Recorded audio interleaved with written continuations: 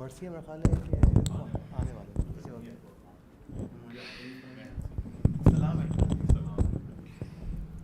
بر محمد وال محمد صلوات.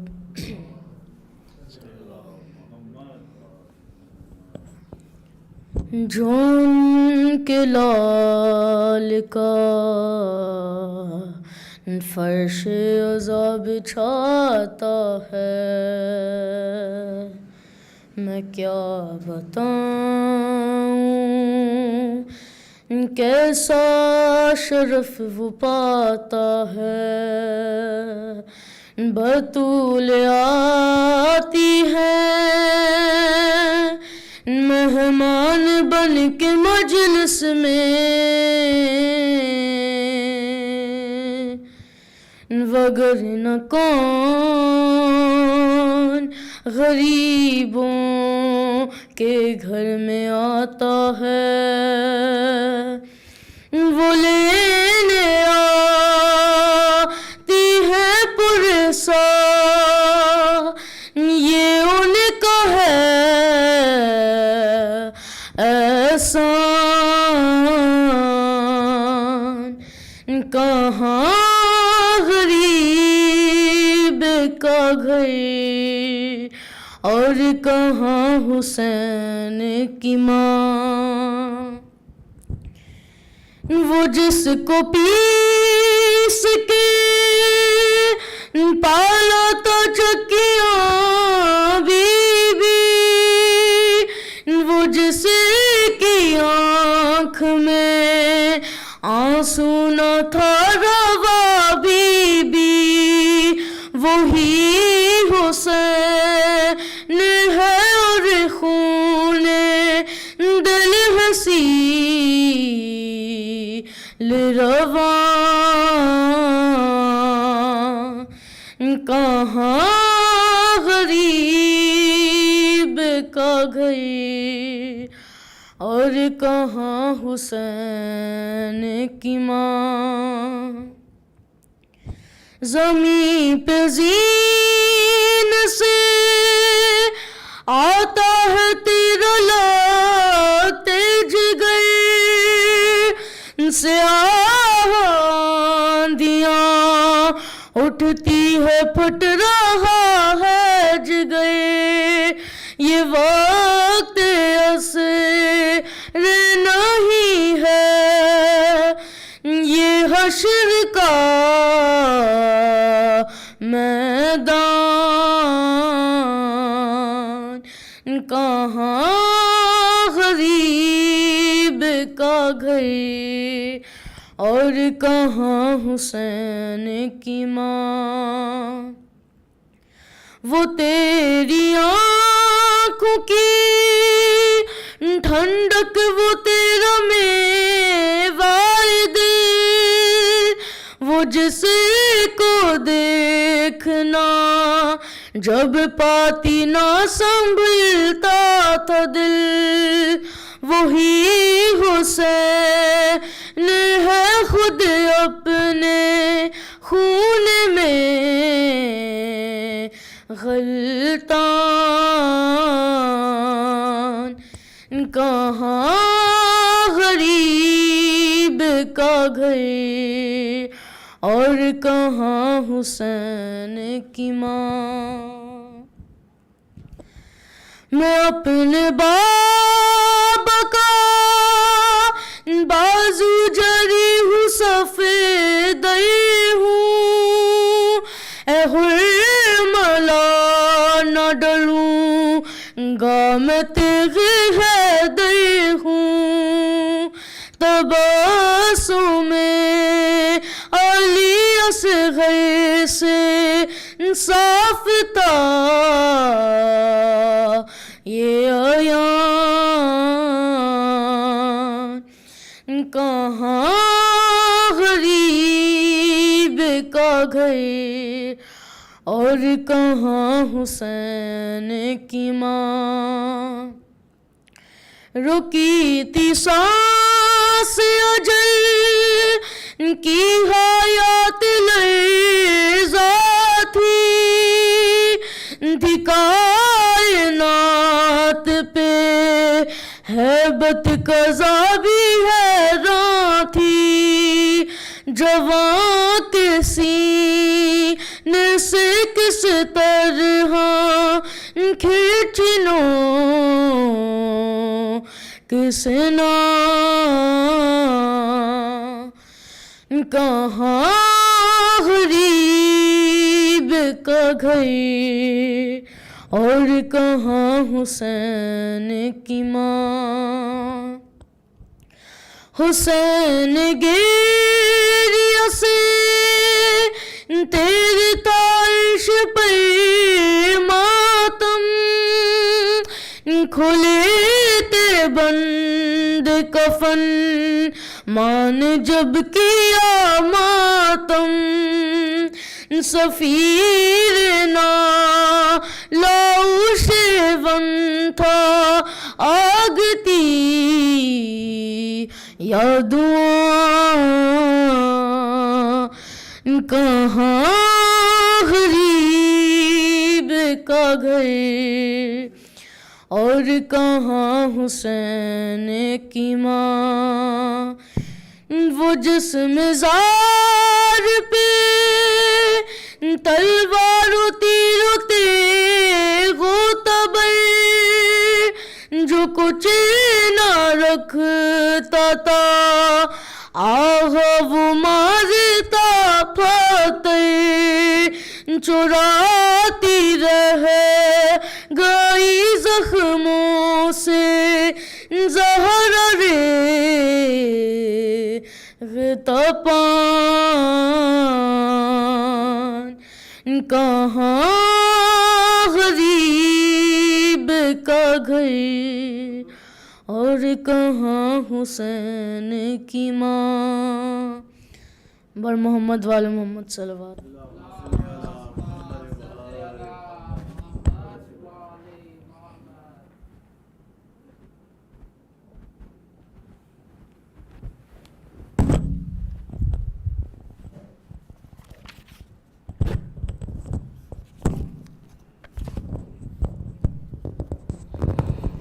صلوات بر محمد و آل محمد اللہم صلی علی محمد و آل محمد چہلم جو کربلا میں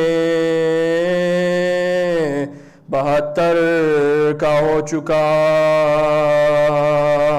پیوان بے کسوں کے تنو سر کا ہو چکا اور فاتحہ حسین کے لشکر کا ہو چکا خبروں پر شور آل پیغمبر کا ہو چکا خبروں پر شور آل پیغمبر کا ہو چکا ماتم میں 3 روز رہے شور و شین سے روئے لپٹ لپٹ کے مزار حسین روئے لپٹ لپٹ کے مزار حسین سے مقتل کے آس پاس یہ بیووں کی تھی فغا زینب جبیں لحد پر درے کرتی تھی بیاں اے میرے کربلا برادر حسین جان ہمشی 3 دن سے تمہاری ہے مہمان ہمشی 3 دن سے تمہاری ہے مہمان اللہ میری بات بھی پوچھی نا آپ نے زندہ کی واردات بھی پوچھی نا آپ راضی ہوں جو رضائے امام جلیل ہے پر قابل ملاحظہ بازو کا نیل ہے پر قابل ملاحظہ بازو کا نیل ہے نہ کوئی داد سے نہ کوئی کفیل ہے بھائی بغیر آپ کے زینب ذلیل ہے بھائی بغیر آپ کے زینب ذلیل ہے پشتوں پنا اٹھ گیا بے خانما ہوئی دیکھو یہ پشت قابل نوکے سے نہ ہوئی میں جانتی تھی شہر بسا ہوگا بھائی کا ہوگا ہجوم قبر پہ ساری خدائی کا ہوگا ہجوم قبر پہ ساری خدائی چیلم کروں گی دوم سے میں کربلائی کا پرسابیا کوئی نہیں زہرا کی جائے کا پرسابیا کوئی نہیں زہرا کی جائے کا موڈا اپنے کو آپ ہی پلہ بھی لیتی ہوں اور اپنے دل کو آپ ہی پرسا بھی دیتی ہوں چہلم تو کر چکی میں دل افگار یا حسین اب روزہ کس طرح سے ہو تیار یا حسین اب روزہ کس طرح سے ہو تیار یا بیٹا بھی اور بہن بھی ہے نادار یا حسین آخر کبھی تو آئیں گے زوار یا حسین آخر کبھی تو آئیں گے زوار یا حسین تکیا ہے کار سازیے پروردگار پر اس دم تو صاحباں بھی نہیں ہے مزار پر زینب پکاری کوچ کا سامان ہو گیا پھر شہر میرے بھائی کا ویران ہو گیا پھر شہر میرے بھائی کا ویران ہو گیا اور مقبرہ حسین کا سنسان ہو گیا ہو کا مقام قتل کا میدان ہو گیا ہو کا مقام قتل کا میدان ہو گیا آئی مسافروں کو میرے وہ زمین پسند دنیا میں جس زمین کو بستی نہیں پسند اے کربلا سرورے دلگیر الوداع اے خط لگائے حضرت شبیر الوداع اے خط لگائے حضرت شبیر الوداع اے قبر ابن صاحب تطہیر الوداع اے بھائی جان جاتی ہے ہمشیر الوداع اے بھائی جان جاتی ہے ہمشیر الوداع کیا بے نصیب ہے یہ نواسی رسول کی تم نے مجاورینہ ہماری قبول کی بھیا اٹھو کجاوے میں مجھ کو تمہیں بیٹا بھیا میں بے نقاب رہ گیروں کو ہٹا بھیا میں بے نقاب رہ گیروں کو ہٹا روکے خانات اکبر و عباس کو بلا خالی ہے گود بھابھی کی اصغر کو لے کے آ خالی ہے گود بھابھی کی اصغر کو لے کے آ سردار سارے قافلے کے آگے ہوتے ہیں تیار کارواں ہوا اور آپ سوتے ہیں کب سے تمہیں پکار رہی ہوں میں خستتاً ہے جوابی نہیں دیتے شہ زمان ہے جوابی نہیں دیتے شہ زمان بھیا گلے لگا لو تو جاؤ سوئے وطن آئی ندا صدار خدا حافظ ہے آئی ندا صدار خدا حافظ ہے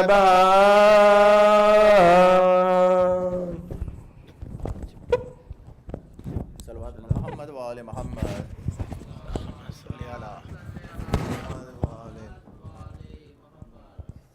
Before we start the program, I humbly request everyone who is sitting in the back and by the wall to please come around the minbar so we can create the mahal for the Majlis with a Lord Salawat. Please come forward a little bit. Allahumma salli ala. Tonight there are going to be ziyarat of Arbaeen, which are going to be taken out in the new hall after the Urdu Majlis. So everybody in this hall are requested after the Majlis, please move to the next hall so you can do the ziyarat. Tomorrow is a packed program tomorrow. So the program starts tomorrow with the Arbaeen walk. So there are two starting points for tomorrow Arbaeen walk. The first one, the option one, is at Brother Riaz Naqvi's house, which is at 316 Juliana Lane, Bloomingdale, Illinois.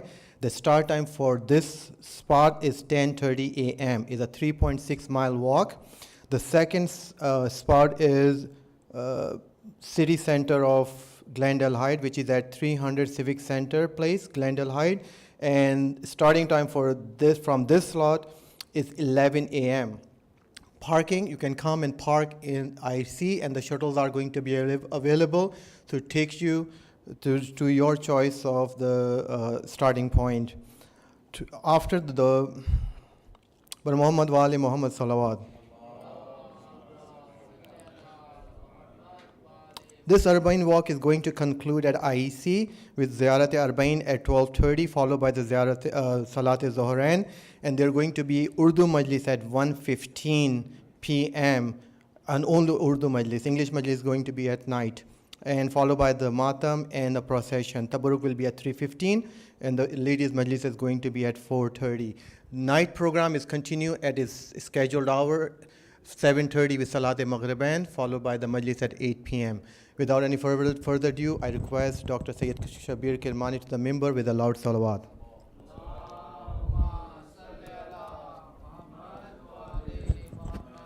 And just on a side note, for the walk, there are few requests and few tips for everyone who's walking tomorrow. This request came from the organizer. So there are some tips that bring your own flags if you have. Don't walk on the sidewalk as much as possible. Don't walk on the road or block traffic. Do not stop except emergency. And if you have kids and families, please choose the second starting point, which is the Glendale Heights City Center. And if you have any question, please reach out to me after the Majlis. Thank you very much. Bar Muhammad wa Ali Muhammad Salawat.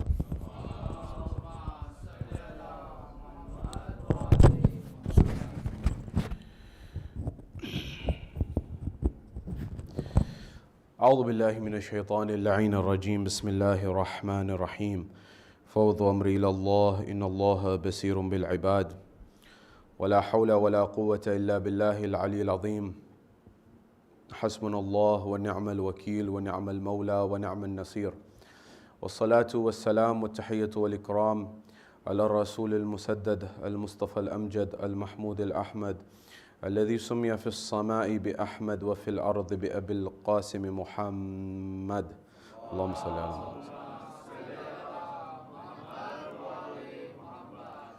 وعلى أهل بيت الطيبين الطاهرين المعصومين المظلومين المنتجبين الذين أذهب الله عنهم الرجس وطهرهم تطهيرا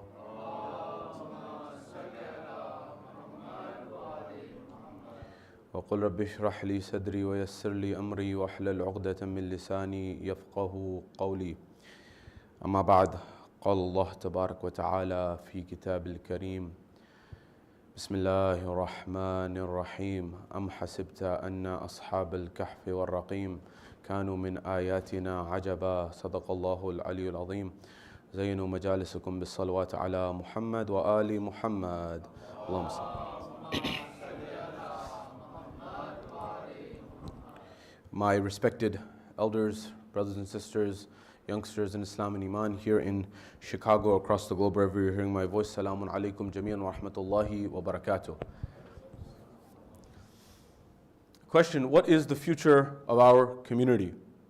We began a conversation a few nights ago on where we are going and what is the trajectory and what is the focus and what is the future of our community. And we said in order for an organization, institution, a business to be successful and to thrive, it needs to plan and it needs to make sure that it can actually weather the storm and actually be prosperous well down the line. And in order to do that, we presented some data in the first few nights. We talked about the history of other communities that came to this country before us and what was their experience in terms of religiosity. We talked about, for example, commemorations of Ashura in other parts of the world, for example, in the Caribbean and what happened there, and Indonesia and other places. And we talked about, for example, the idea of the notion of what are some challenges that are in front of us. Today marks a shift, and tomorrow as well, inshallah, but tomorrow predominantly will be, of course, the commemoration of Arbaeen. But the focus is now on solutions. That is, what are some solutions and some conversations around solutions.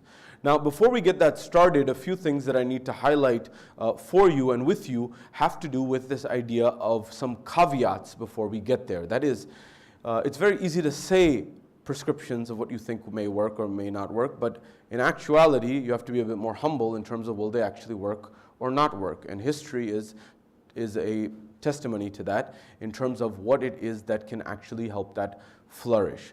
Therefore, tonight, in building our conversation around the future of our community, I want to look at a few things with you. First of all, where do we leave off and how do we build on that conversation from last night?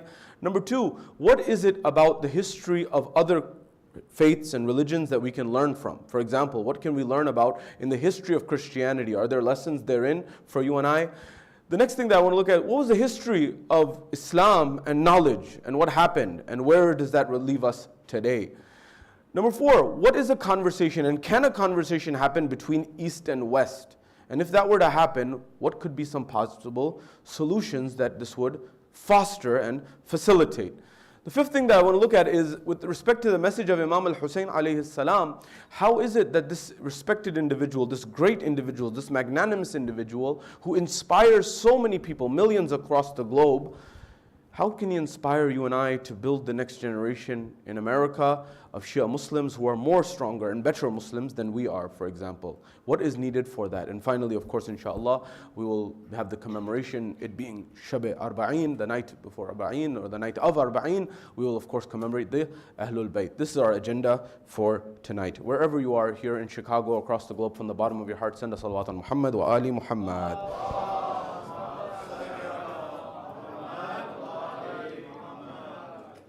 At the first level, one of the themes that has been throughout these conversations in the last few nights is to try to invite myself and yourself to get out of our comfort zones. That is, those things that we are used to hearing, those things that we are comfortable hearing. Believe me, as an orator, as a speaker, one of the easiest things for me is to make sure that I have a certain style of majalis. You may benefit from it and you may say that this is fantastic, but at the end of the day, will this actually lead to us having a paradigm shift in the betterment of our community and our society? And that's really what I've gotten to at this point in time. One of my mentors once told me, look, you have an option of being two things. If you're trying to do tabligh and you're trying to do change in society, you can either be an evolutionary or a revolutionary. The evolutionary ones are the ones who slowly in doses try to get the message across, weaving it into the message. And the evolution or the revolutionaries are those who are trying to shift things very quickly. And the old adage is revolutionaries who come first through the door often are shot down and they don't really last.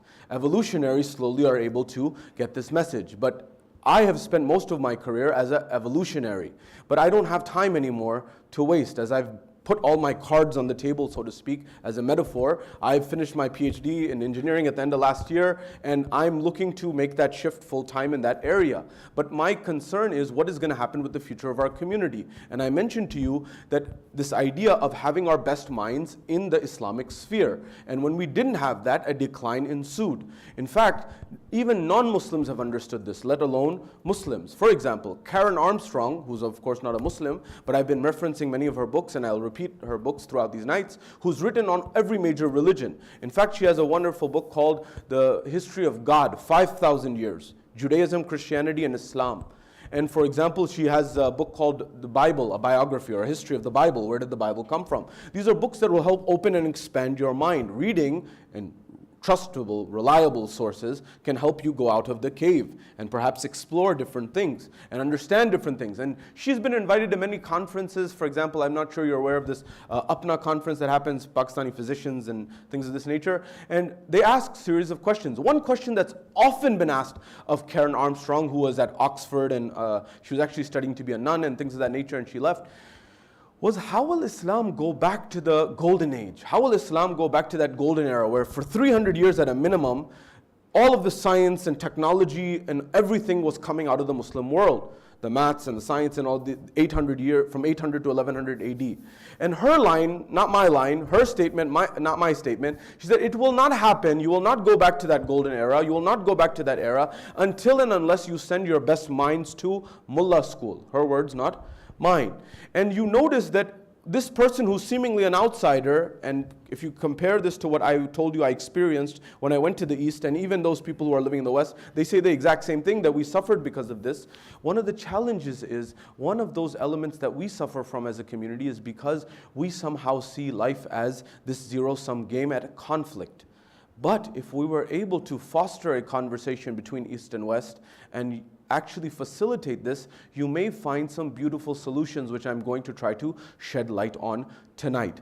First point. Second point, before we embark on this journey, some of the tools. I need to tell you some of the tools. And one of the things is, if you tell your children anything, make sure you tell them to learn a particular word to add to their vocabulary. And this word is the most important word to be successful in life. And that word is a 3-letter word, and it is yet.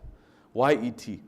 And the book is called Growth Mindset, written by Dr. Carol Dweck, who's at Stanford University. And she said, look, when you say this and you add this to your vocabulary, it does something very powerful. So you may say, I don't understand math, I don't understand algebra, I don't understand physics, I don't understand this. She says, just add the word yet at the end. And when you add that, it changes and shifts the dynamics from failure, quote unquote, being permanent to temporal or temporary.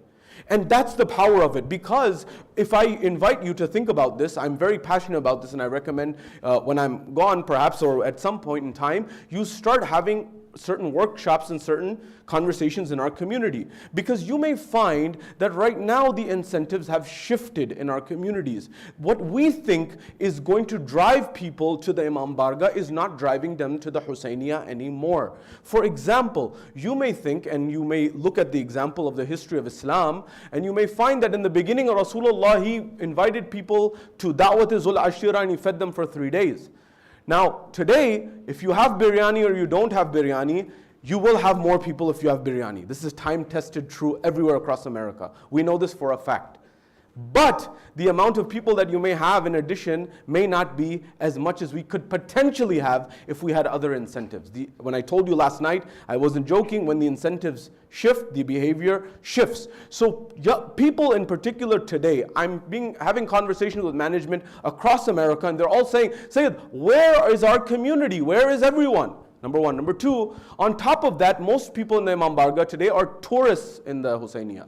Tourists or visitors. Why? Meaning they don't have skin in the game. They're coming, 4 or 5 people are handling everything, and that's what's happening. There's a few people who are doing all the heavy lifting. Everyone else is saying that, hey, I'll come periodically, but don't expect me to, for example, be consistent. Don't expect me to do this. This is telling you in the startup space that people are looking for something else. And you and I need to be very sober and very honest about what it is that they may be looking for. The same way we do this in startups. So the point that I was saying was, Islamically, we are highly recommended to do business and entrepreneurship. Well, why not make this place a vehicle to help people understand these principles? Why did I say the word yet? Because one of the most important terms, again, in your vocabulary in order to succeed, is a term called pertinacity, which is a combination of persistence and tenacity. If you ever heard the story of Southwest Airlines founder, he didn't get off the ground for 7 years. He was fighting in court, no pun intended, because he was fighting this. He was a lawyer himself, and he was fighting this case to be able to win. This principle is excellent training for success. Do you know in America, most entrepreneurs are not successful on their first or second venture. They actually become successful on their third and fourth venture. But you may say, how can I bypass this? And the reality is there's no bypassing it. That's the education that is needed in order to get to that success. You learn very valuable lessons in the first and second venture that help you in the third and fourth venture. I say this because the Ahlul Bayt have invited us to do this. Sometimes in our communities and in our culture, sometimes we have this notion that, get the safest, most reliable job. And although that may be good, the problem with that is the up end or the upward potential of that is limited and capped. And these are not my words. This happened during the time of the 6th Imam. They came to the 6th Imam and said, Yabna Rasulullah, the Shias are becoming employed. What do you say about this? And he said that tell them to do entrepreneurship and business as it is better for them. And the Imam says, not my lines, he says the one who becomes employed, they give the majority of their wages to their employer. And so the idea of, and of course this is very true based on what we understand today. I know some of the parents here are having a minor heart attack and seizure when I'm saying this, but trust Allah subhanahu wa ta'ala, try to share wisdom. Believe me, we have exceptional talent in our community. People who are extraordinarily talented from the worldly perspective. But remember, we made this differentiation of worldly and non-worldly. Islam is Islam. That is, to be a successful entrepreneur, you learn that from the life of the Ahlul Bayt. But we somehow have told people that this one slice of what we have been practicing, that is the only form of Islam. And when we do that, people say this is limited. You know what happens as a result of that? Compartmentalization. Today in the West, religion has been compartmentalized. Religion for the Christian is Sunday, church. For the Jew, it's synagogue on Saturday. For the Muslim, it's Friday, Jum'ah, if that. And so the rest of the time, I'm living that other life. Whereas Islam's vision was not that. So we need to try to figure out what is it that our community is looking for and how can we add value to their life. And you may find that they are looking for their kids to get into Ivy League schools. They are looking for them to have good jobs and good finances. And they're looking for a better quality of life. Well, this isn't against Islam. We sometimes have made it that it's against Islam. Whereas where did Islam say that you shouldn't get the best education? Where did Islam say that you shouldn't, for example, be financially well off? Do you know that the Ahlul Bayt, after Imam Ali, they had 7 gardens that were an estate property of the Ahlul Bayt. And they used to get residual income from it consistently. Now the thing is, you and I, if we had 7 properties like this, we'd probably use it to get a nicer car and a nicer house.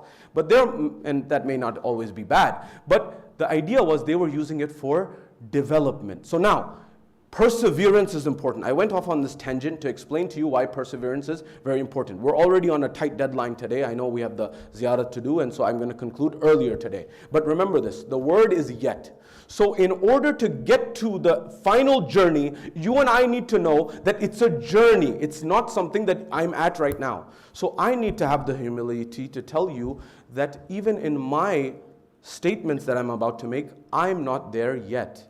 I could be wrong. And I need to have the humility to say to you that what I'm about to tell you, I could be wrong. Maybe partially, maybe fully, maybe some small subset. But that is what I'm trying to invite you and I to do, is to use our talent in our community to help get to the right answer, which is the truth. Do not outsource your thinking to the mimbar purely. We should have a conversation between the mimbar, that is the one who's on the mimbar, and the audience, and we have a catch and pitch relationship. So we develop the future of our community hand in hand, so there's none of these gaps. So it's not like my generation that I grew up with majority of whom don't come to the mosque and Imam Barga anymore, who are saying that, look, there's such a gap between what we're seeing in university and college and in life and what's coming from the mimbar. It's 2 different worlds. And some of them tried to reconcile and bridge the gap. And eventually they said, it's too much of a gap, I can't get there. And this is something that we are faced with. So how do we tackle some of these things? Without making it too dense, let's get to the substance of it. Sallu ala Muhammad wa ala Muhammad.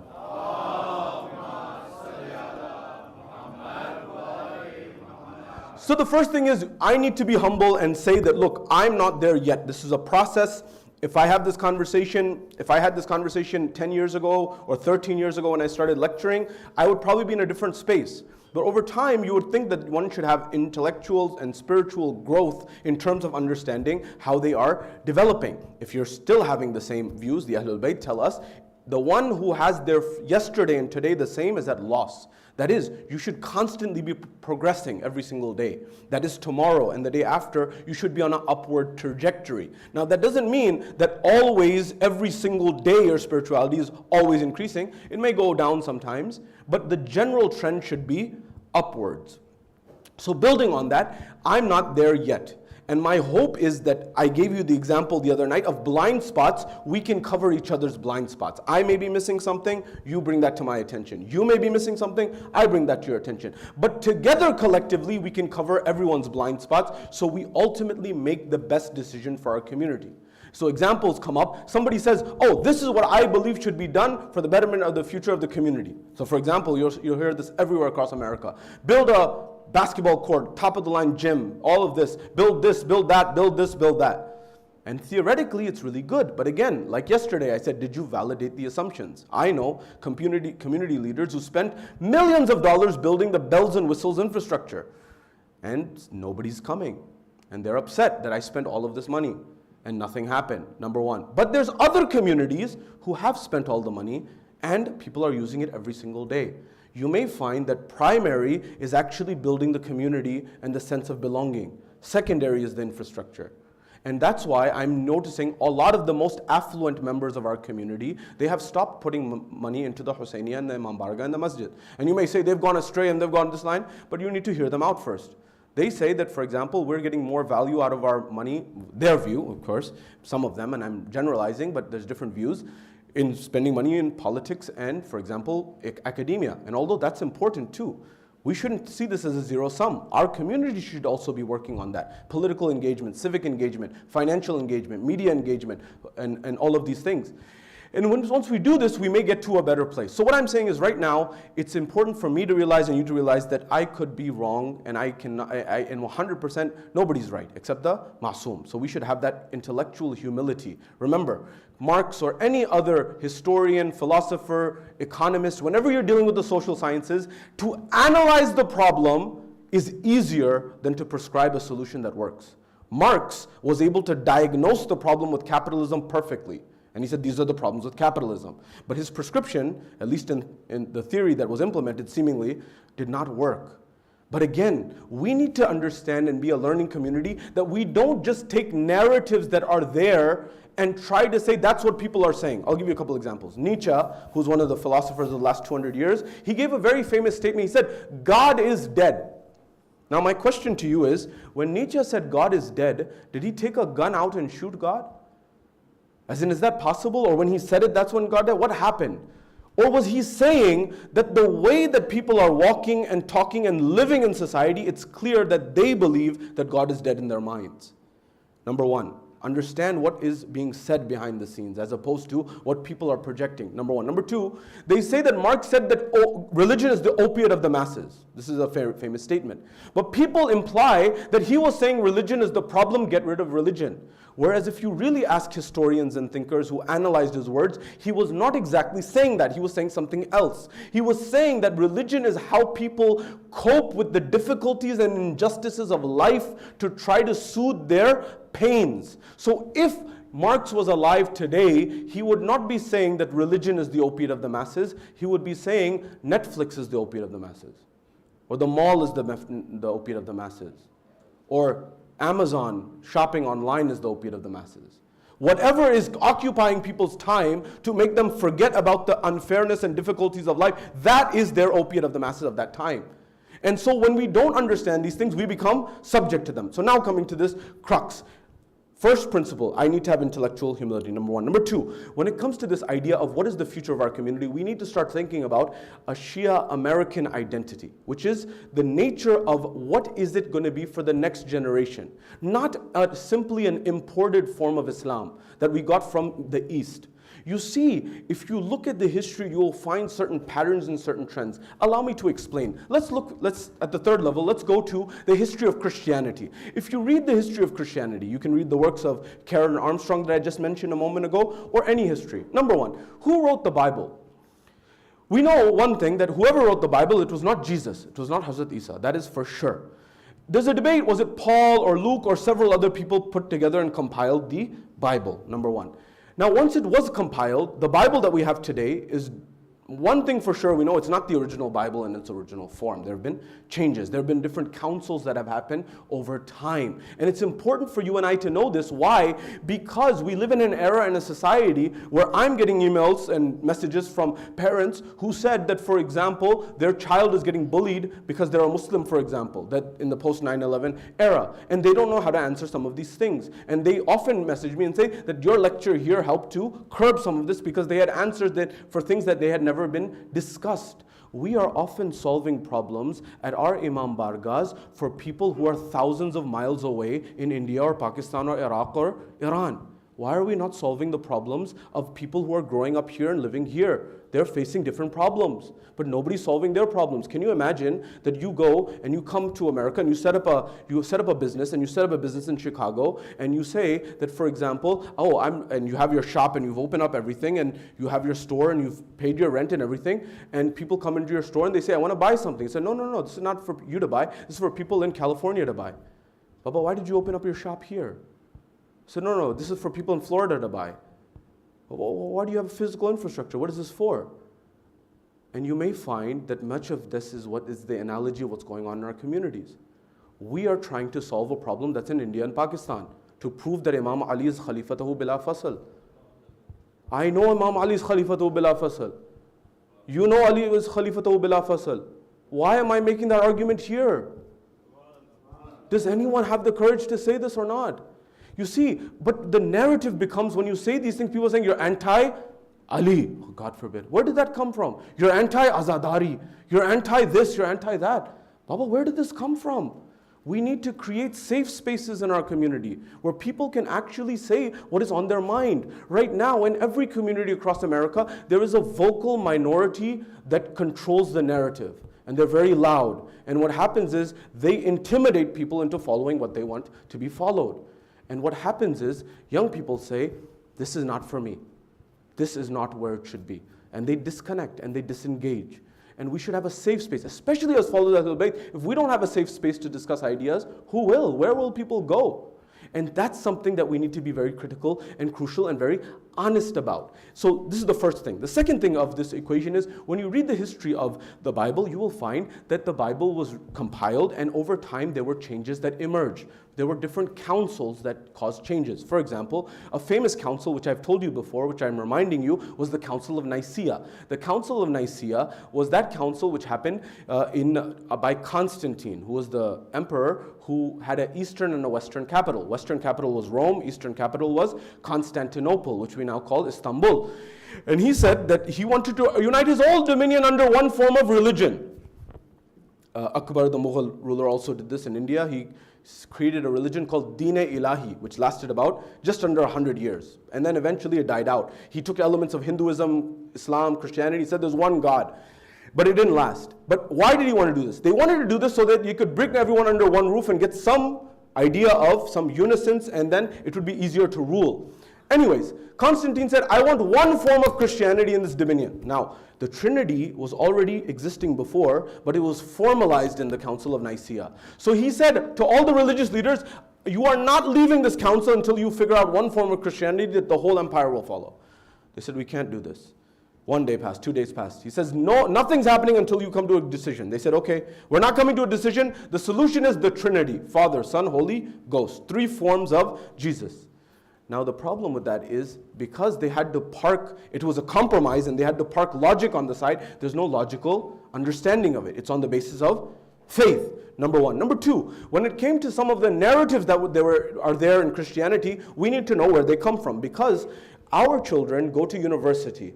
And when we go to university, they meet some Christians who are evangelical Christians, for example, and they convert anybody and everybody. And I'm noticing, and I've seen Shias get caught up in their very, very elaborate conversion tactics. Now, they are training people on what their aqidah is and how to convert. We may not even be doing workshops on what your aqidah is before you go off to university. You know, we stop madrasa or Sunday school or Saturday school when children are the most vulnerable. We stop it right when they're entering high school, for example. And oftentimes, that's the time when they need it the most. College, high school and college when they need it the most. And we let them off thinking that we've done our job. Because we think 15 is baligh and everything stops there. You stop being a Muslim when you're 15, mashallah. But nobody's saying this and nobody's thinking about what are the practical solutions that we can get to make sure that our community thrives in the long run. Nonetheless, coming back to this idea. This notion of Father or Son of God, of Jesus being Son of God, is one notion. The notion of, for example, Jesus died for our sins. Where did that come from? Now you need to know these things if you're going to go to university in America. So the first notion was Son of God. Now it's very important to know these things. Why? Because Son of God in Christianity originally was used in the form of the Hebrew sense of Son of God. In America, the first professors of Arabic were actually at Yale and Harvard, and they were studying Arabic and teaching Arabic because to know the biblical studies fully, you need to know Arabic. Because Arabic and Hebrew are Semitic languages. They have the same root. When you say anti-Semite, it means Jews and Arabs, by the way. But we've forgotten that part of the equation. We just think it means Jews. But there's both Semitic languages. So what happened was kalam influenced biblical studies for years. In the Muslim world, kalam was philosophy and theology merged. And till this day, the Christian community, if they want to give a philosophical proof for why God exists, they use the Kalam cosmological argument from that era and that time, the Christian community. And it's a beautiful, elegant explanation that came from that time. What is the explanation? That everything that begins to exist has a cause. The universe began to exist. Therefore, the universe has a cause. Now, you and I say the cause is Allah subhanahu wa ta'ala. The Christian community says God. Someone else may make another argument. But philosophically, this stands. Now, come back to this. Where did the notion of Son of God mean? In Hebrew, Son of God was used in the sense of anybody who such as Sulaiman was called Son of God. Banu Israel were called sons of God. Anyone who was an awliya of Allah, anyone who was a saint, anyone who had a close relationship to God, they said this person is Son of God. But what happened was, in Christianity, that original context got lost. And when it got lost, eventually people began to say he's the literal Son of God. And that's why it's important for us to know, where did this narrative come from? Third example, where did this notion of Jesus died for our sins come from? Do you know where it came from? It came from a very particular location. And it came because in early Christianity there was a debate. And the debate in early Christianity was, if God is omniscient, omnipotent, and omnibenevolent, if God is all good, all knowing, all powerful, then how did humans kill God? How did humans crucify God? If God knows everything, God has all the power, how did mere mortals kill God? They didn't have an answer. So in order to solve that dilemma, they created this narrative that Jesus died for your sins. And that's where it comes from till this day. You go to universities, people are trying to convert people and say, hey, Jesus died for your sins. Now look, I'm not saying this to have a rift with the Christian community. We are all in the same boat. We should have interfaith conversations and build together. I often mention that we are not at odds with Christianity or Judaism or Hinduism or Sikhism or any other religion. In fact, we are all collectively at odds with jahl, with ignorance. And that's the key, because when I reminded you in Milwaukee or in Wisconsin, when the Gurdwara was attacked, they attacked the Gurdwara thinking that they were Muslims. That person doesn't know if they're Muslims or not. Next on the target may be our ulama, God forbid, because they don't know the difference between a black turban, a white turban, or yellow turban, or purple turban, or any other turban. We need to try to build these bridges so people understand what is our value to community and society. Unless and until we do that, we won't be able to get to where we need to get to. So now I gave you all of this history of Christianity. And now here's where the bitter pill comes. Now remember, I told you, I don't expect you to accept everything that I'm saying. I'm expecting you to have some resistance in your mind. And that's part of growth. In order to grow, you need to have some things that feel uncomfortable and you are resistant to. And so now I analyzed critically and objectively Christianity. And here's the question. Do you and I have the ability and the courage to analyze our religion the same way I just analyzed Christianity? To actually look at it objectively, to see what does it actually say, as opposed to what we think it says. And when you analyze it in that way, you will find, and I have found, in my humble opinion, that Shia Islam, I may be biased, but I think it's as close to as truth as possible. But we sometimes have not understood it in that way. Allow me to explain. Karen Armstrong, in her book, History of God, she says that Plato was struggling. Now, by the way, if Plato says this, I'm not saying that we accept this because of Plato. There's many other things that Plato says that we wouldn't accept. But what I'm saying is, Plato was embarking on a journey to try to figure out what is the most just form of running a society. And he was endeavoring in this to try to find it in a secular way. I'm telling you this because coast to coast, America, north, south, east, west, every single person is asking the same question. That is, how do I know my religion is the right religion? And nobody is giving what we call in Urdu tasalli bakhsh answer. Nobody is given a satisfactory answer to the next generation. But you are required to do that research yourself. But our communities should help to facilitate that conversation. What do I mean?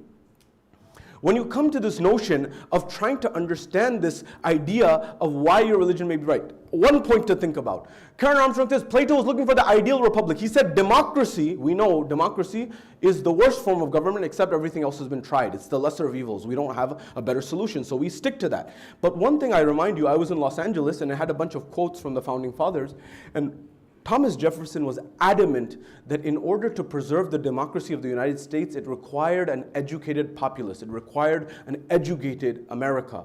And he would perhaps be rolling in his grave if he would see what's going on right now in terms of what's happened. Because he knew in history, when the people are not educated and they're not aware, you can corrupt the democracy and get it to your own ends. So what was happening in Socrates and Plato's time is still happening to our time. That is this notion of democracy becomes mob rule. And it was at that time. So he said the form of government in his view, and his students' view, that was the best for society was, he said, society will not know justice until all philosophers become kings and all kings become philosophers. Meaning what? Meaning the most educated people in society are running society. And at that time, educated also included virtue and akhlaq and ethics and all of these things. Now stay with me here. I'm drawing to an important conclusion. What happened? So in Islamic philosophy, they say the first teacher, Muallim al-Awwal, is Arastu, although he was not Arab specifically. The teachings, some of our ulama, I've told you in the past, they hypothesize that Aristotle may have been a prophet. Anyways, first level. Second level is Muallim al-Awwal Aristotle, Muallim al-Thani Farabi. Farabi, who is either Persian or Turkish, he said, this philosopher king that Plato was talking about, this was none other than the Holy Prophet, who was explaining to society how to run society, and he would explain, tell them this is what we're going to do, in a way that they would understand that it's for their own benefit and their own progress. Now Karen Armstrong adds a line, and she says, if there is any religion on this planet that aligns the most with Plato's theoretical model of how a country and a government and a society should be run, she says it's Shia Islam. Because not only do they have Rasulullah, the Holy Prophet, they have 12 Imams afterwards who are supposed to be the philosopher kings running society. And you see, if you get to this understanding of clarity, that this is what the Imams were, they were looking out for society's benefit, you understand that Shia Islam was on to something. That is absolute monotheism in Allah subhanahu wa ta'ala, and absolute surrender to the representatives of Allah who are looking after society's best interest. Now, when it comes to this notion, sometimes issues arise. And this is something that we often don't explain. When someone reads traditions out of context, you need to be very careful. For example, you may hear on the minbar people mention, for example, books by Allama Majlisi, for example, or Biharul Anwar, for example, very famous book, 110 volumes. They're actually 114 volumes, but a few of them are not allowed to be printed in Iran because they're very against the first few khulafa, so you have to get them from Lebanon. Regardless, 114 volumes is a lot of volumes. Now, every book has a philosophy behind it. For example, Nahjul Balagha. Is Nahjul Balagha compiled by Sayyid Razi the comprehensive works of Imam Ali? And the answer is clearly no.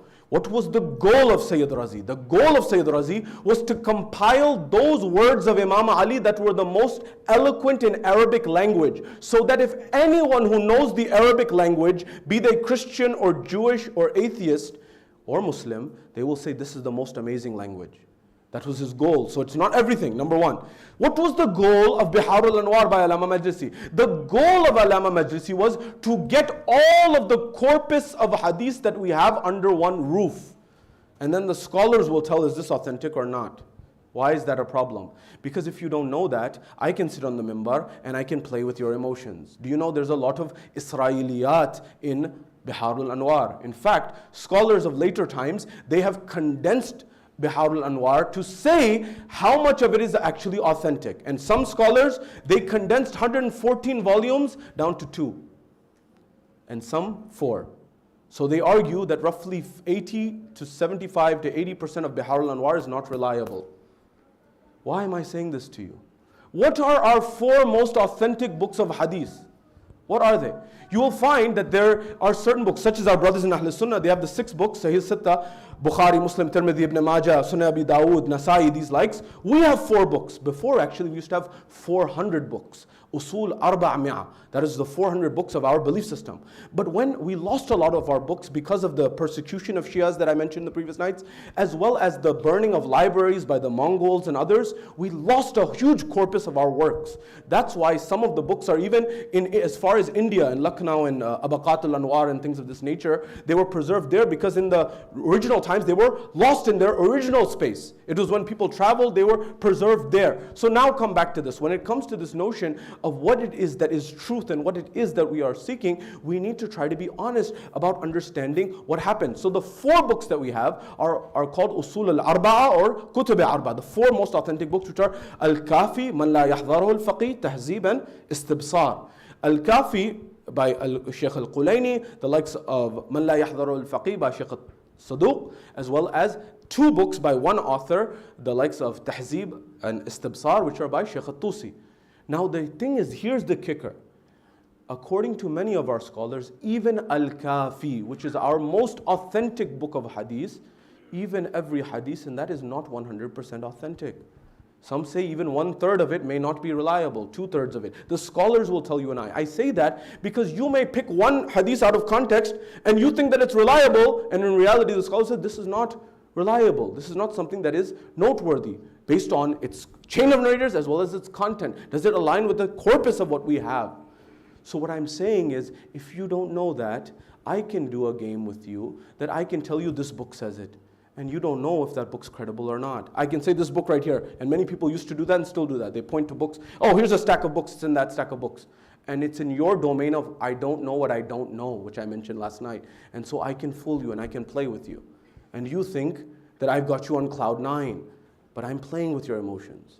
And this has happened throughout times. Why? Because of what I said last night. We have messed up the incentive system. We have messed up the structure of what it is that we are trying to get to. Are we trying to get to truth, or are we trying to get to something else? And unless we fix the incentive structure, we will suffer as a community. So building on this, when it comes to Imam Hussain alayhi salam, we said Imam Hussain alayhi salam had said, look, this what you are arguing is not the truth. What you are saying is Islam. At that time, he's saying that's not Islam. Now here comes the question. What can we do?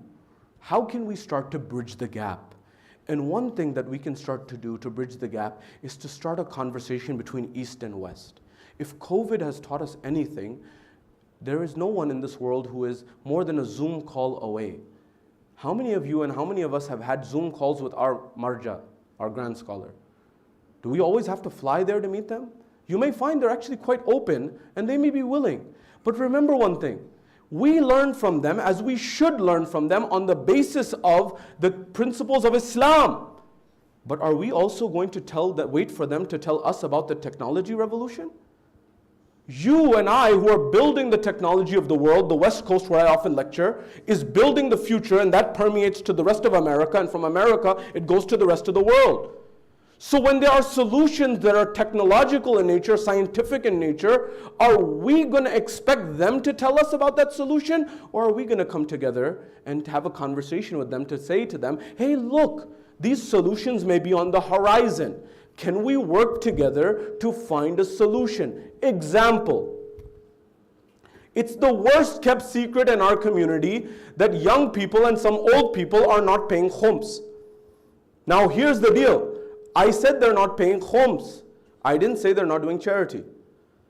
What am I saying? They are taking that money and they are spending it on good causes, but they're saying, I can't do it in that way. Some of the wealthy ones in our community. Now look, I'm not here giving any fatwas. That's above my pay grade. I'm not telling you if this is acceptable or not. You have to follow your marja and you have to pay khums if you have the remainder saving. Some people I know who pay they give all their money in charity before they have anything saved. So that would not be liable. But what I'm saying is, for those who are there, we need to have a conversation. And this requires that we first seek to understand what is their perspective, and then we invite them to understand our perspective, so that we can come to solutions together. Believe me, I've talked to some of the scholars in Najaf, and they say that work is being done, and when you go and see it, they're welcoming for you to see that, and work is being done. But they have a philosophical difference to us. Now I know this is a difficult pill to swallow, but they say we believe in doing the work, we don't believe in marketing. Now look, we say that's not marketing. You need to have transparency, you need to have accountability, you need to make sure people know where the money is going from. Fair enough. But this is the same example I gave you the other night about Japanese culture versus American culture, ethnocentricity, my view versus your view. I'll give you an example. When I first went to the UK to lecture, the brother told me, look, Sayyid, you don't understand us, we understand you. I said, what do you mean? He said, look, you understand, you have an accent to us, but you don't have accent to you, but we can figure you out, but you have a tough time understanding us.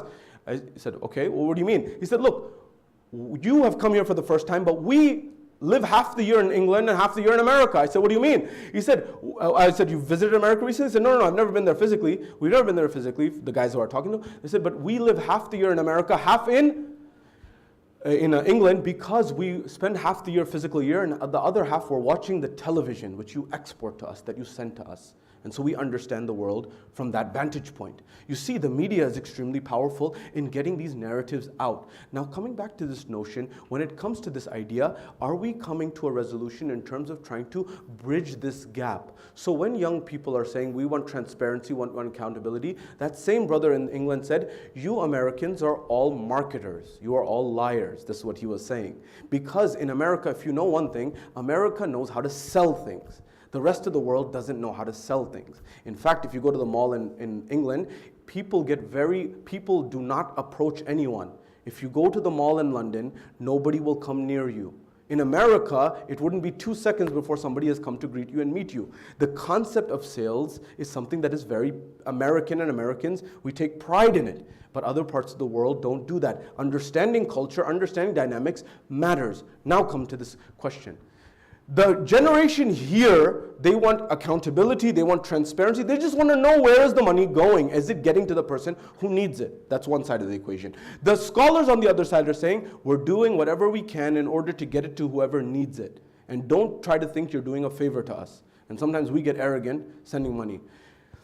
Thinking, by the way, do you know there's only about four or five Khalijis from the Shia community. You put all the khums from the Shia community on one side, and you put their money on the other side, they have more money in terms of how much they give. So we should not get arrogant. But what I'm saying here is, what is our goal? Our goal should be to help the beneficiary on the end. That should be our common goal. We're trying to help the person on the ground who needs the help. Your ego, my ego, their ego, anybody's ego should not matter. So I'm trying to get to a solution, and we're trying to get to a solution where the person who needs the help gets the help. So when there's a flood in Pakistan and 33 million people are affected, we're not waiting and playing backup to try to get the answer. So what's the solution? One potential solution is to create a blockchain for khums and zakat. This would solve the technological problem of transparency and accountability and immutability on one side, so for this part of the world, and it would solve the streamlining for the other side of the world, so that everyone gets a win-win scenario. So we're not waiting, twiddling our thumbs to get the money dispersed to the people on the ground. We have a system in place. But the question is, are they going to tell us about blockchain technology, or are we going to tell them about blockchain technology? Where is that going to come from? This is why I'm inviting us to not compartmentalize our minds. What you are doing, our community, from coast to coast, is building the future of America. They are in the upper echelons of the top companies. They are building the AI revolution. They are building the IoT revolution. They are building the blockchain revolution. They are building the 5G revolution. They are building the quantum computing revolution. And this can help the world. Do you know that the Pope of the Roman Catholic Church has commissioned an AI team? Now, I don't know if our scholars have an AI team in Najaf, but what I do know is that many of our community members are building that future on the fronts of AI. But nobody is telling that. We're working like silos.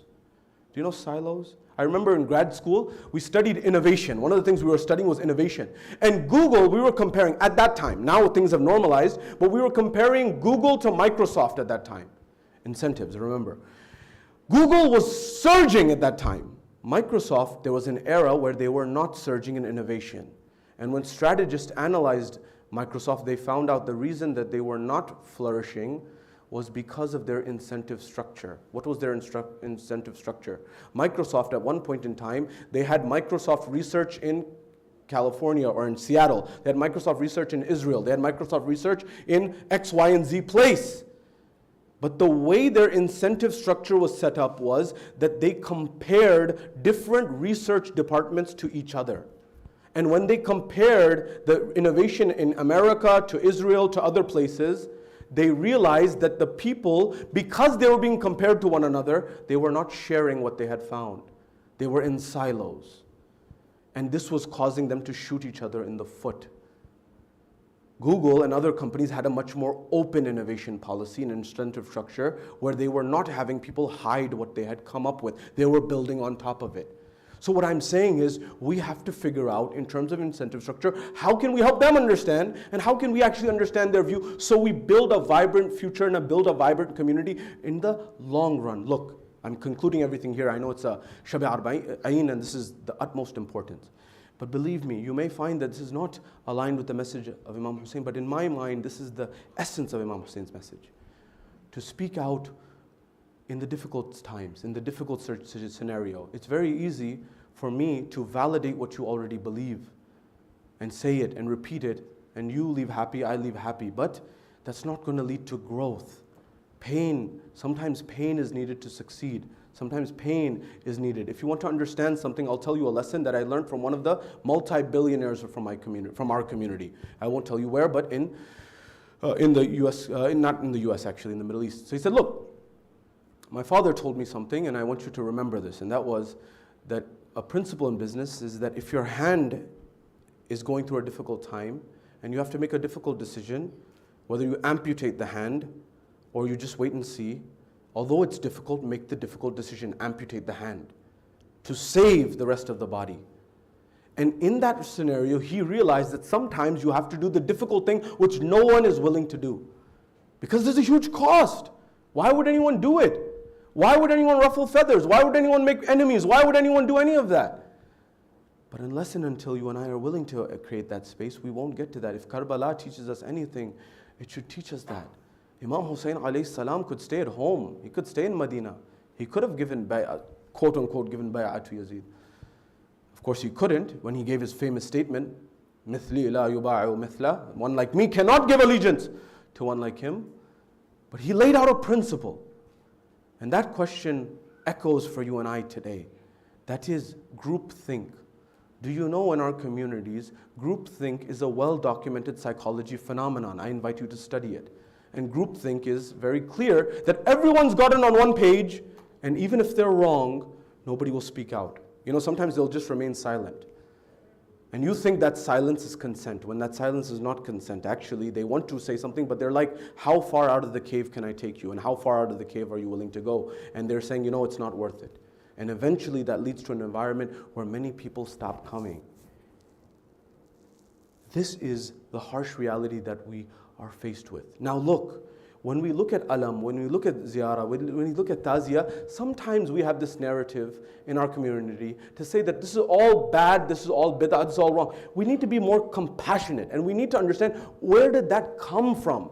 And this is what I'm not seeing in our community. Nobody's balancing the equation. No one's taking the moderate path. Everyone's taking the extreme path. This is either all haram or this is all correct. Hold on a second. Where did this come from? And I may tell you, and you may tell you, and we may find that that form of belief and azadari may be right in what's needed for a particular demographic of our community, but not necessarily for everyone. Where did this come from? As the poet encapsulates the concept of where taziyah and alam and all of these things come from, you may say it's un-Islamic. Hold on a second. Let's ask the people who live on the ground, who understood the historical basis of where did it come from.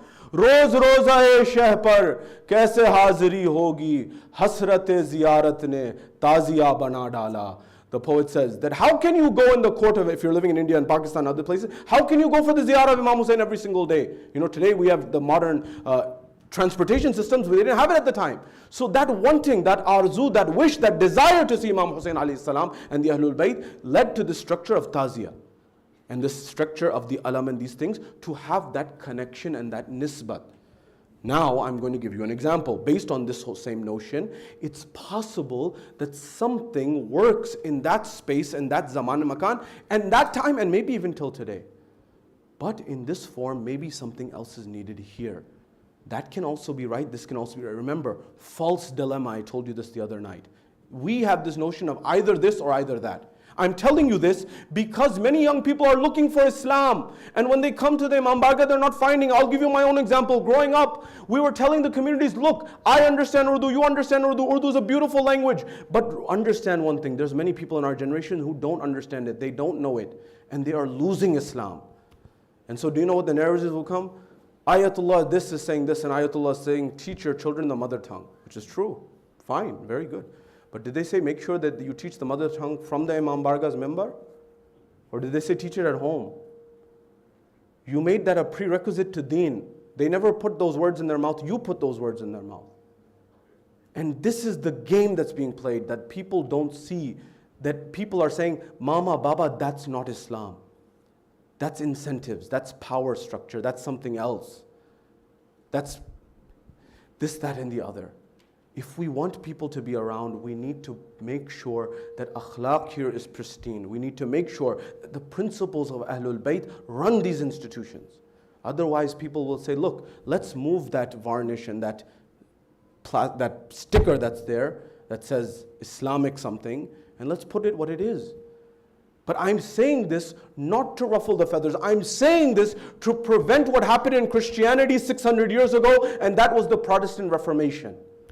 When this individual came from Germany and he came to Rome to meet the Pope, and he said, what on earth is going on here? He saw long lines of people paying money to get their sins forgiven. This man's name was Martin Luther, not Martin Luther King, the original Martin Luther.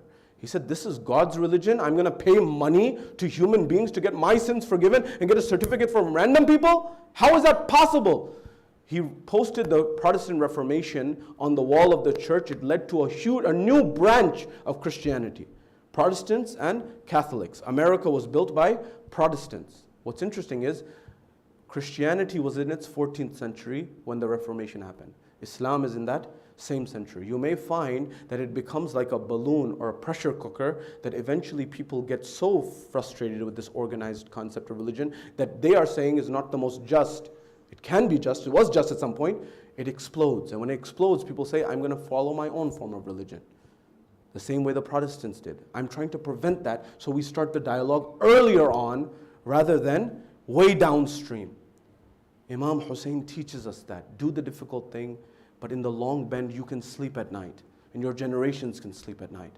Otherwise, those same people in some of the communities that I grew up in today, they are calling me and asking me, and it breaks my heart, why are there no youth in our community? And I tell them, 15 years ago we were having this conversation, we were telling you this has happened in other communities that we grew up in DC and New York and New Jersey and other places, and in California, and they learned certain things. But we have no communication channel to tell people what is wrong and what can be fixed. To learn from those experiences. There's a lot to say, we'll leave it right here. It's Shabbir Arbaeen. Our hearts are in solemnness. 40 days since the passing of Aba Abdullah. The narrations say the Holy Family went on after Karbala. Where do the Masaib begin? Where do the Masaib end? I wanted to say someone else's Masaib, but I will in a moment. This is the night of the family of Imam Hussain alayhi salam. But every time I come to this era and this time of the year, I'm not even able to finish the Masaib of the daughter of Imam Hussain. That's how much musibah has gone through this 4-year-old child's life. Allahu Akbar. May Allah not show anyone the day. What was the musibah and the trial of Zainab? What was the trial of Imam Sajjad? What were these trials? And what do we learn from them? The narrations say that in Sham, there was a moment in time where Bibi Sakina, she's in the Zindan, and she would see these birds that would fly overhead. And when she would see these birds fly overhead, she would say, my aunt Zainab, she would say, my brother Sayyid al-Sajjad, these birds, they go home every single day. I see them fly from here to there. Can you please tell me, do we have a home? Will we ever go home? When will we go home? My brother Sajjad, may Allah never give anyone the imtihan of Sayyid al-Sajideen. There is no ordinary reason that Imam Sajjad would say, Asham, Asham, Asham. Do you know what difficulties he saw? Some narrations say that on the way from Karbala to Kufa and Sham, do you know there was one moment where Bibi Sakina was very thirsty. Sukaina, the daughter of Imam Hussain, she became very thirsty. And when she became very thirsty, a moment in time ensued when this thirst overcame her. She came to Bibi Zainab. She said, my aunt Zainab, water, the thirst is killing me. Bibi Zainab was not able to help. She went to Imam Sajjad. She said, my brother Sajjad, the thirst is killing me. Get me some water, please. Imam Sajjad could not help. Bibi Sakina was running from one place to another until she got to one individual. May Allah not show any orphan the day. Who did she end up in front of? She ended up in front of Shimar bin Dil-Jawshan, the killer of her father. May Allah not show any orphan the day. She said, Shimar, the thirst is killing me. perhaps you can give me some water. The narrations say that this lion, he took a mashk, he took a water skin, and perhaps Bibi Sakina thought that she was going to get water for the first time in a long time. He took the water, he extended it towards Bibi Sakina. Bibi Sakina thought maybe she will get water, but this lion, rather than giving it to Bibi Sakina, he drained the water on the plains of the desert in front of the granddaughter of Saqi-e-Kawsar. Bibi Sakina was looking at the puddle of water. The thirst was overcoming her. Some narrations say she took her face and she put it onto the ground of the desert. May Allah not show anyone the day. It is for no ordinary reason that Imam Sajjad would say, Asham, Asham, Asham. That journey onto Sham, every moment in Sham, it broke the heart of Imam Sajjad. Ajrukum ala Allah.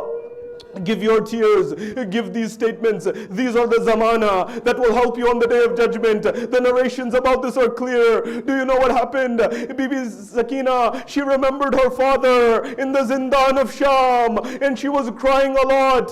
She fell asleep, and then she woke up, and then she began to cry once again. She said, my aunt Zainab, my mother, Bibi Rabab, my brother Sajjad, do you know, I just saw my father, Aba Abdullah. I saw my father, my Baba Imam Hussain. He was just here. Where is he? They understood that she had seen a dream. At that point in time, the crying reached the ear of the La'in Yazid. He said, what's the commotion about? They said that the daughter of Hussain has heard, has seen her father, she says, and she is crying, remembering him. And he says, send the head of Hussain. They had covered the head of Imam Hussain. They sent it in a tray. When they sent it in a tray, Bibi Sakina thought it may be food. She said, I'm not hungry at this moment. May Allah not show any orphan the day. They removed the cloth. Bibi Sakina saw the head of Imam al-Hussain. She took the head of Imam Hussain in her hands. She said, Baba, who severed your head? Baba, when you left me, your head was on your body. Baba, your lips are so dry, they didn't give you water. Baba, who broke your teeth? Ziyarat Nahya Imam Zaman says, Salam on my judge, salam on my grandfather, whose teeth were broken with a rod. May Allah not show any orphan this day. Bibi Sakina saw the face and she began to cry. And when she began to cry, the narrations say that she became silent. When she became silent, the narrations say that Bibi Zainab said, Oh Sajjad, check your sister. Imam Sajjad came. He touched his sister. He said, my aunt Zainab, inna lillah wa inna ilayhi raji'un. I'm leaving everything. Imam Sajjad was entrusted with burying his sister in the zindan. This was the test of Sayyidul Sajideen. And perhaps after he did this, he would have looked towards Karbala, the same Imam who had just buried his father a few days ago. Perhaps he would say, Baba. Perhaps he would say, my father, Abu Abdullah. You buried two Ma'soom. I buried two Ma'soomin. He says, who did you bury? Perhaps he would say, my father, you buried Hassan al-Mujtaba, and you buried a 6-month-old Ali Asghar. And Baba, I buried two Ma'soomin. I buried you, and I buried a 4-year-old Sakina, my sister, with my own hands. Ask me what went through my heart. Ajrukum ala Allah. The final narration, it is Shabbir Arbaeen. They say, when Zainab Awliya Maqam, when she got to the bazaar of Sham, they say that there was a moment for 3 days they had mirrors lining the streets because they wanted to humiliate the Ahlul Bayt. They did not let them into the bazaar. They did not let them into the darbar. Do you know what the narrations say? The narration said that Shimar comes and he says to Sayyidul Sajideen, he says, tell your aunts and your mothers to enter into the darbar. Bibi Zainab said, I will not enter into this darbar. This is an alcoholic. This is a person who drinks. This is the one who steps on the Sharia of Rasulullah. Zainab, who is the daughter of Amir al-Mu'mineen, she says Zainab cannot enter into this. Shimar comes with a whip towards Imam Imam Sajjad. He says, Sajjad, make your aunt move. Imam Sajjad, may Allah not show anyone this day. He says, my aunt Zainab, decide to go or not to go later. First look towards the head of Abu Abdullah on the spear. Imam al-Husain's eyes were crying, they say. He said, Zainab, enter into the Darbar. The ulama say that when this line is stated, we don't understand. They say this is enough masaib for our life. Zainab entered into the darbar of the Naila'in. This individual, Yazid, perhaps at that moment Zainab would have said, Inna lillah wa inna ilayhi raji'un. Zainab died at that moment when she had to enter into the court. Ask the heart of Imam Sajjad. What did he see? A Sham. Sallallahu alayka ya Rasul Allah. Sallallahu alayka ya Amir al-Mu'minin. Sallallahu alayki ya Fatimat al-Zahra Sayyidat al-Nisa al-Alameen. Sallallahu alayka ya Hasan al-Mujtaba. السلام على الحسين على علي بن الحسين على أولاد الحسين وعلى أصحاب الحسين معتم حسين يا حسين يا حسين Ya Hussain, Ya Hussain.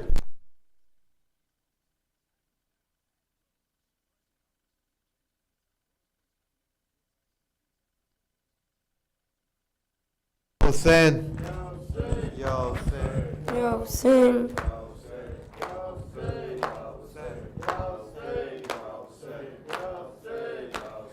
Ya Hussain, Ya Hussain, Ya Hussain, Ya Hussain, Ya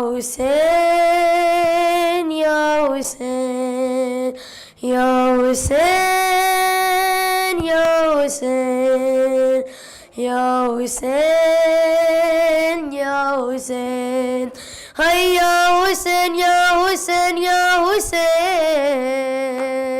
Ya Hussain, Ya Hussain, Ya Hussain, Ya Hussain, Ya Hussain, Ya Hussain, Ya Hussain, Ya Hussain, Hay Ya Hussain, Ya Hussain, Ya Hussain, Ya Hussain, Ya Hussain, Ya Hussain,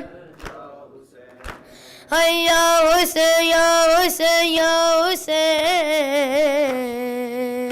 Ya Hussain, Ya Hussain, Hay Ya Hussain, Ya Hussain, Ya Hussain.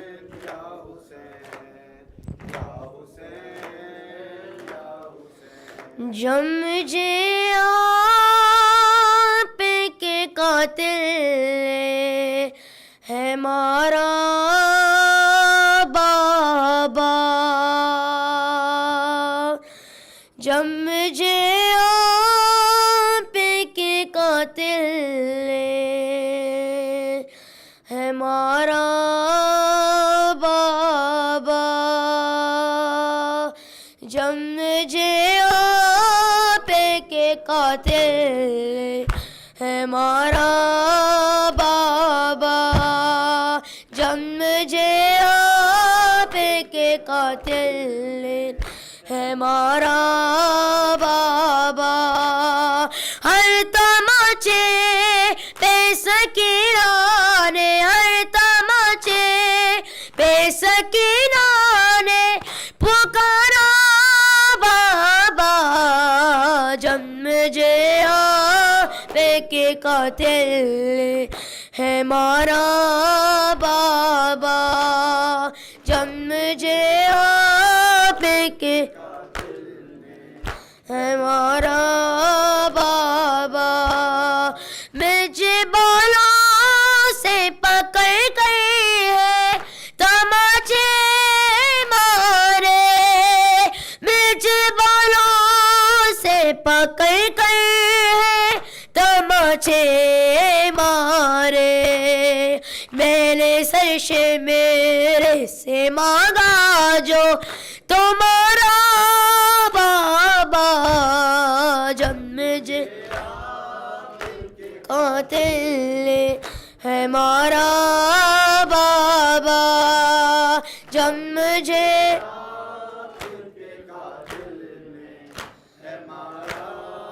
بابا وہ جو دریا پہ نے تحفے میں مجھے باش کے تھے وہ جو دریا پہ نے تحفے میں مجھے باش کے تھے ان کو بے دردی سے ظالم میں نے اتارا بابا جب مجھے آپ ہے مارا بابا جب مجھے آپ کے قاتل ہے مارا بابا آپ کے سینے پہ آرام سے سونے والی آپ کے سینے پہ آرام سے سونے والی سو کے اب کھا کے پہ کرتی ہے گزارا بابا جب مجھے آپ کے قاتل را بابا جب مجھے آپ کے قاتل ہمارا بابا نو کی زنا پہ سے دیکھو تو دیکھو کیسے نو کی زنا پہ سے دیکھو تو دیکھوں کیسے میرا سے گئے تھا مجھے جانے سے پیارا بابا جب مجھے آپ کے قاتل ہے مارا بابا جب مجھے آپ بابا میری کوئی بات پہ چاچا جانے کسر روتا ہے میری کوئی بات پہ چاچا جانے کسر روتا ہے ان کی کوئی بارے میں کروں کیسے گوارا بابا جب مجھے قاتل ہے مارا بابا جب مجھے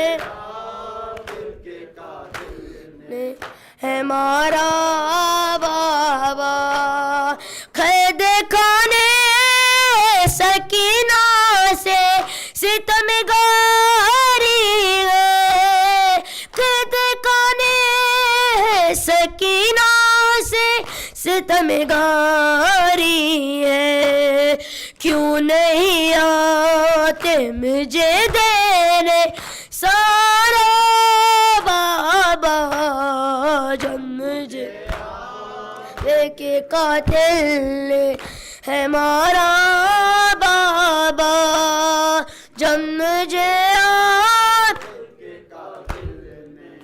ہے مارا بابا یہ صدا قبر سے معصومہ کیا ایمان سے یہ صدا قبر سے معصومہ کیا ایمان سے ساتھ خیمے کے چلے آنا دوبارہ بابا جب مجھے آپ کے قاتل ہے مارا بابا جب مجھے آپ کے قاتل ہے مارا بابا ہر تماچے پہ سکینہ نے ہر تماچے پہ Sakina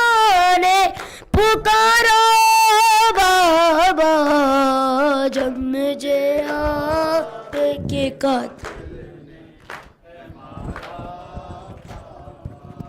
Ya Hussein, Ya Hussein, Ya Hussein, Ya Hussein, Ya Hussein, Ya Hussein, Ya Hussein, Ya Hussein, Muhammad wa Ali Muhammad salawat.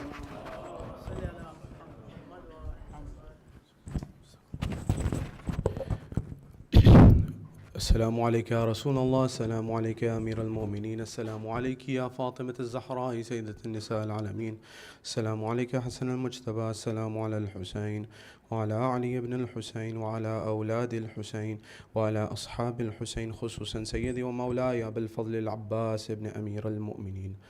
السلام عليك يا تسعة المعصومين من ذرية الحسين ورحمة الله وبركاته. السلام عليك يا غريب الغرباء، السلام عليك يا معين الضعفاء والفقراء، السلام عليك يا شمس الشموس وأنيس النفوس، أيها المدفون بأرض طوس الراضي بالقدر والقضاء ورحمة الله وبركاته. السلام عليك يا صاحب الأس والزمان، السلام عليك يا خليفة الرحمن، السلام عليك يا إمام الإنس والجان، أجل الله تعالى فرجك وسهل الله مخرجك وزهورك ورحمة الله وبركاته.